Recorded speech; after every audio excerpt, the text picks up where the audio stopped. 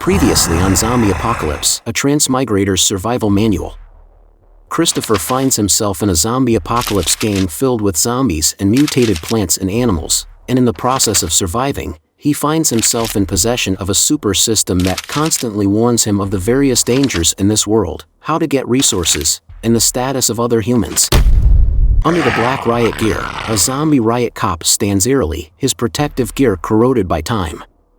The riot suit bears visible scratches and tears, emitting a putrid smell of decay.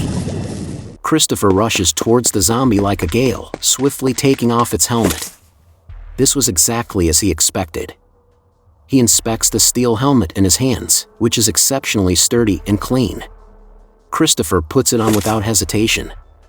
He makes a move to snatch the explosion shield from the zombie.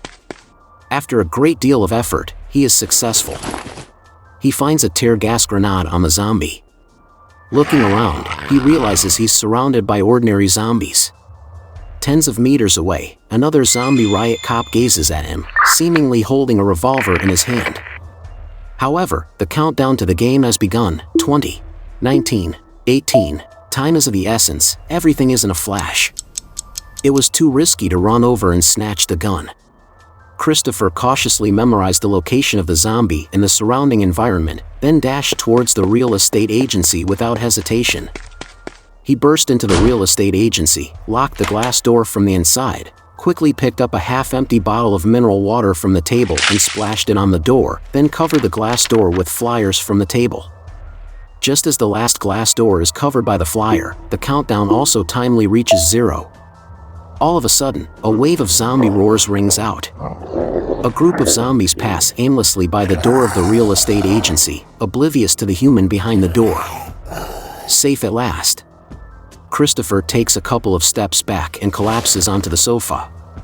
It is at this moment that he realizes that his hands are trembling non-stop and his legs feel somewhat weak. He strives to calm his racing heart while opening the chat channel. The chat channel that was once flooded with messages has now become much quieter. This implies people had already died at the very start of the game. And there were quite a number of them. Some hid in an apartment, others were caught by zombies because they were too slow to retrieve items.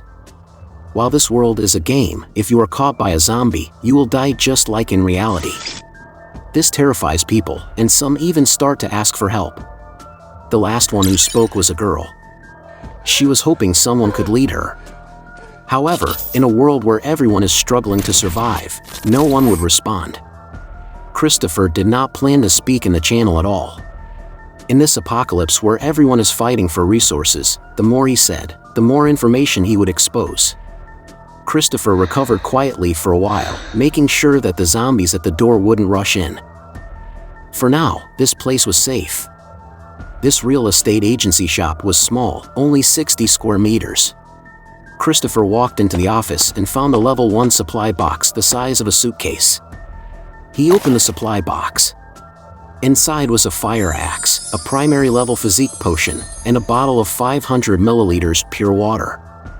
Christopher suddenly remembered that he still had a spatial ring.